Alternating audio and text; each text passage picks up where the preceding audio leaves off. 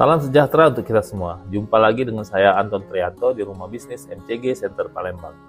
Rekan-rekan sekalian, pada kesempatan ini kita akan membahas mengenai skala pengukuran dan transformasi data penelitian. Pengukuran dalam suatu penelitian merupakan suatu proses di mana suatu angka atau simbol diletakkan pada karakteristik tertentu sesuai dengan aturan dan prosedur yang telah ditetapkan.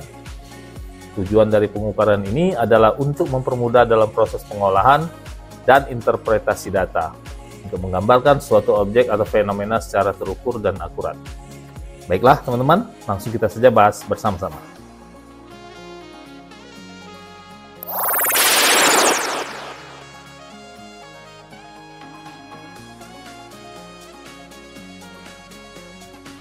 Secara umum, dalam penelitian manajemen, ada beberapa tipe skala yang sering digunakan dalam melakukan pengukuran.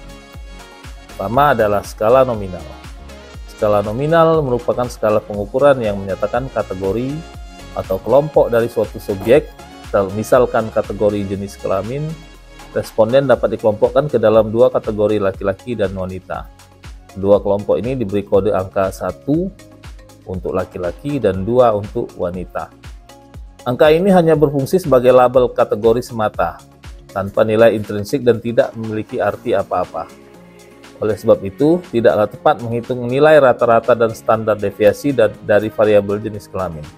Angka 1 dan 2 hanya sebagai cara untuk mengelompokkan subjek ke dalam kelompok yang berbeda, atau hanya untuk menghitung berapa banyak jumlah variasi di setiap kategorinya. Jadi, uji statistik yang sesuai dengan skala nominal adalah uji statistik yang berdasarkan counting seperti modus dan distribusi frekuensi.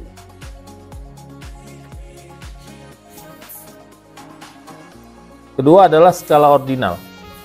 Skala ordinal tidak hanya mengkategorikan variabel ke dalam kelompok, tetapi juga melakukan ranking terhadap kategori. Sebagai misalnya kita ingin mengukur preferensi responden terhadap 4 merek produk air mineral, misalnya A, merek B, merek C, dan D.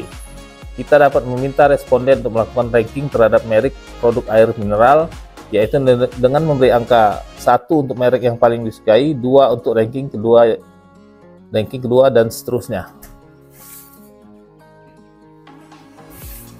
Uji statistik yang sesuai untuk skala ordinal adalah modus, median, distribusi frekuensi, dan statistik non-parametrik seperti rank, order, correlation. Variabel yang diukur dengan skala nominal dan ordinal umumnya disebut variabel non-parametrik atau variabel non-metrik.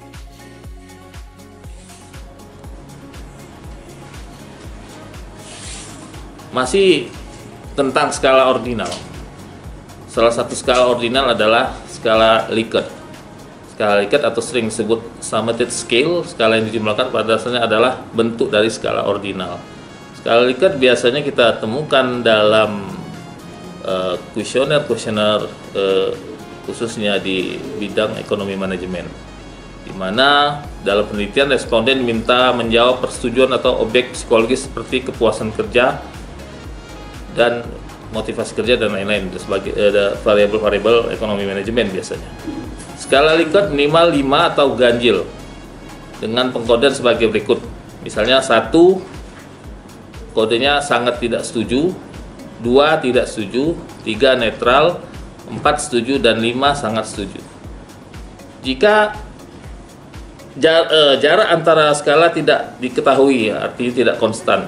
Misalkan responden ditanya, setujukah Anda bahwa pekerjaan Anda menyenangkan? Responden yang menjawab 1 itu sangat tidak setuju, atau 2 tidak setuju, maka tidak puas. Tetapi responden yang menjawab 4 setuju atau 5 sangat setuju, maka puas terhadap pekerjaannya. Angka skor 1, 2, 3, 4, dan 5 jaraknya tidak konstan. Maka skor ini tidak mempunyai makna dan tidak dapat dijumlahkan atau dikurangkan, dikalikan juga maupun dibagikan. Jadi jawaban skor 4 setuju lebih tinggi peringkatnya dibandingkan jawaban skor 2 tidak setuju. Tapi tidak berarti bahwa jawaban setuju itu sama dengan 2 kali jawaban tidak setuju.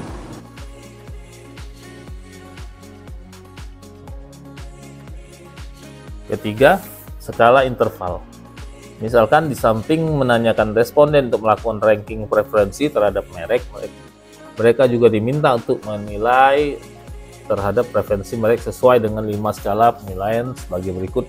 Misalnya 1 sangat rendah, 2 rendah, 3 rata-rata, 4 tinggi, 5 sangat tinggi. Jika kita berasumsi bahwa urutan kategori menggambarkan tingkat preferensi yang sama, maka kita dapat mengatakan bahwa perbedaan preferensi responden untuk 2 merek air mineral yang mendapat rating 1 dan 2 adalah sama, dengan perbedaan preferensi untuk 2 merek lainnya memiliki rating 4 dan 5. Namun demikian, kita tidak dapat menyatakan bahwa preferensi responden terhadap merek yang mendapat rating 5 nilainya 5 kali preferensi untuk merek yang mendapat rating 1. Skala pengukuran ini disebut dengan skala interval. Uji statistik yang sesuai untuk jenis pengukuran skala ini adalah semua uji statistik kecuali yang mendasarkan pada rasio seperti koefisien variasi. Skala Likert, jika jarak antara skala dibuat sama atau konstan maka menjadi skala interval. Keempat adalah skala rasio. Skala rasio adalah skala interval dan memiliki nilai dasar base value yang tidak dapat diubah. Misalkan kepuasan responden memiliki nilai dasar 0, skala rasio dapat ditransformasikan dengan cara membagi dengan nilai konstanta. Tetapi transformasinya tidak dapat dilakukan jika dengan cara menambah konstanta karena hal ini akan merubah nilai dasarnya. Misal, kepuasan responden terhadap produk A memiliki nilai yaitu 75 dari skala 1 sampai 100. Nilai 75 akan dikonversi ke skala interval 5 satuan dengan cara membagi nilai 75 dibagi 20 based on data 100 dibagi 20 sama dengan 5 nilai interval. Sehingga apabila dikonversi dari rasio interval, maka didapatkan nilai 3,75 dalam kurung 5 interval. Karena skala rasio memiliki nilai dasar, maka ketentuan nilai 3,75 masuk dalam nilai kategori tinggi, mendekati nilai 4 dan dinyatakan valid. Data yang dihasilkan dari skala rasio disebut data rasio dan tidak ada pembatasan terhadap alat uji statistik yang sesuai. Variabel yang diukur dengan skala interval dan rasio disebut variabel metrik. Kesimpulannya adalah, jika teman-teman hendak melakukan pengukuran untuk melihat interaksi antara variabel penelitian diwakili oleh indikator-indikator tertentu dengan menggunakan skala Likert, maka secara aturan statistik, teman-teman wajib melakukan transformasi data agar dapat dilakukan pengukuran dengan menggunakan Excel atau SPSS. Baik, untuk tahap selanjutnya kita akan melakukan transformasi data dari data ordinal kepada interval dengan menggunakan metode successive interval. Jadi, misalnya teman-teman sedang melakukan penelitian menggunakan kuesioner dengan skala Likert, kode 1 sampai 5. 1, 2, 3, 4, 5 seperti yang dijelaskan tadi.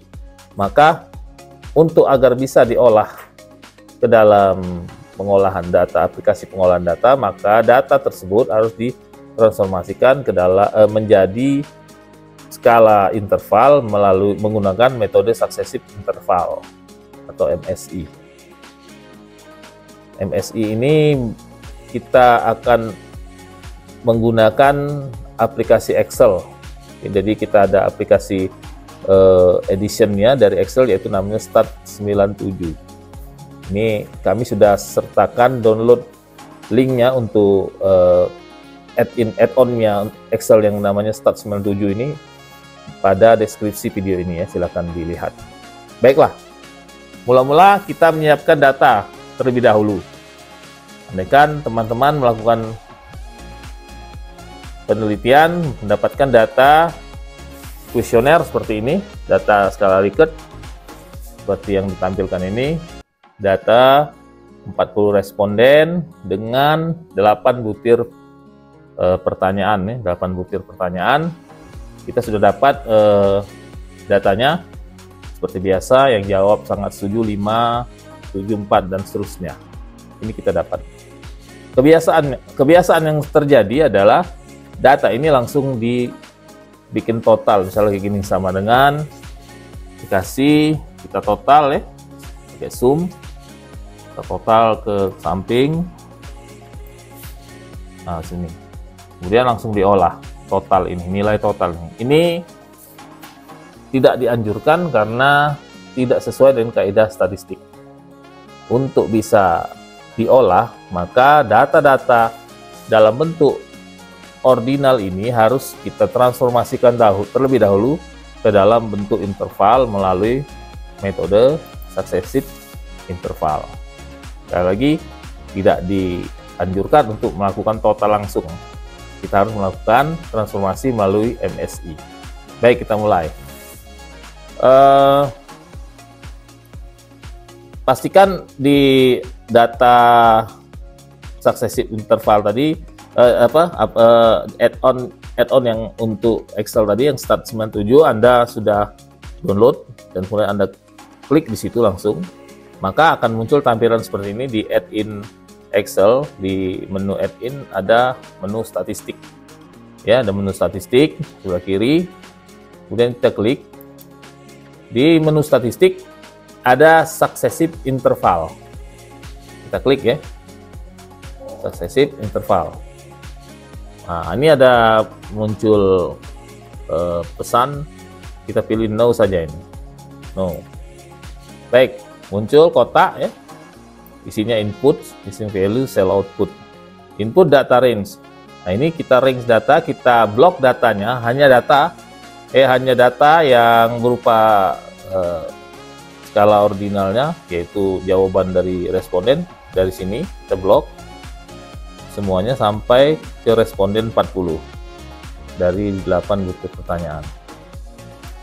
Maka masuk semua ring data ke dalam kolom input data range. Kemudian yang ini kita hilangkan centangnya karena tidak kita pakai, biarkan yang lain. Kemudian cell output itu menentukan di mana akan kita letakkan hasil dari transformasi data ke MSI. Kita klik dalam ininya cell output, kemudian kita letakkan misalnya di sini ke atas, kita letakkan di K1 ya. Kemudian kita next, sudah terletak di K1, masuk ya di cell input, kita next kan. Ini kita pilih semua X1 sampai X8. Ini adalah ya kita beri kode P1 P8 ya. Ini adalah sama, adalah butir pertanyaan 8 butir pertanyaan dari kuesioner ini. Kita select all, kemudian kita next. Nah, ini min value dengan max value. Ini adalah kategori kita, kategori dari skala Likert. Karena kita ada 5, maka minimal value-nya 1, maksimal value-nya 5. Kita ganti 5. Oke.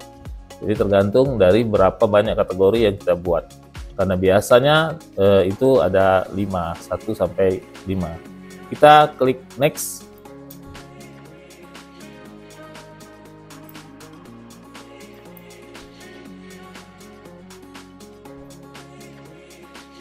Klik finish.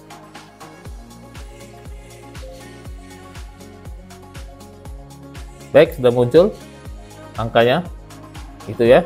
Ini adalah hasil dari transformasi data dalam bentuk ordinal yang kita dapat dari kuesioner melalui skala Likert ke dalam bentuk interval. Ini dari X1 adalah P1 yang kita kode tadi sampai 8 ya, semua ini jauh. Nah, jawaban kuesioner yang sudah kita transformasikan. Dan setelah sudah dapat transformasinya, maka baru boleh kita lakukan total ke samping kalau untuk diolah seperti ini.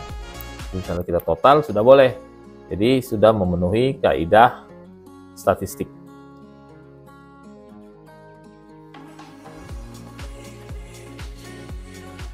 Baik, itu tadi kita punya satu set data ya, ada 2 variabel X, X1, X2 dan Y. Tadi kita mentransformasi datanya dari yang X1, sekarang saya contohkan lagi untuk yang X2. Di sheet kedua ini ada data X2, 40 responden dengan 7 butir pertanyaan. Baik, ini sudah ada hasilnya, kita hapus dulu, kita praktekkan lagi. Baik, seperti yang tadi, kita ulangi. Kita klik statistik, kemudian successive interval, pilih jawaban no, dia masukkan data range dari hasil kuesioner, dari mulai responden 1 ke butir 7 sampai responden 40 ke butir 7. Masukkan, semua sudah masuk.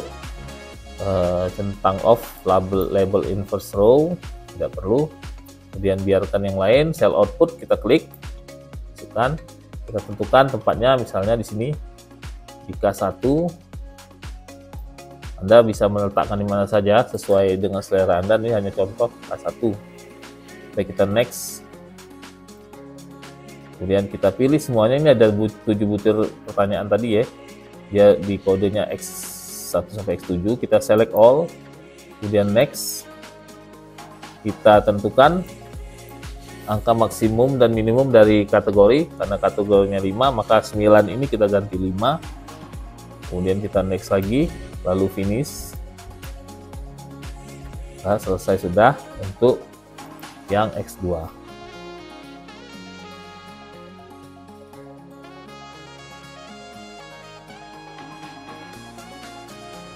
Demikian rekan-rekan tutorial transformasi data dengan menggunakan metode successive interval. Saya ucapkan terima kasih banyak sudah menyaksikan channel ini, semoga bermanfaat. Sampai jumpa di lain kesempatan. Saya Anton Prianto, Rumah Bisnis MCG Center Palembang.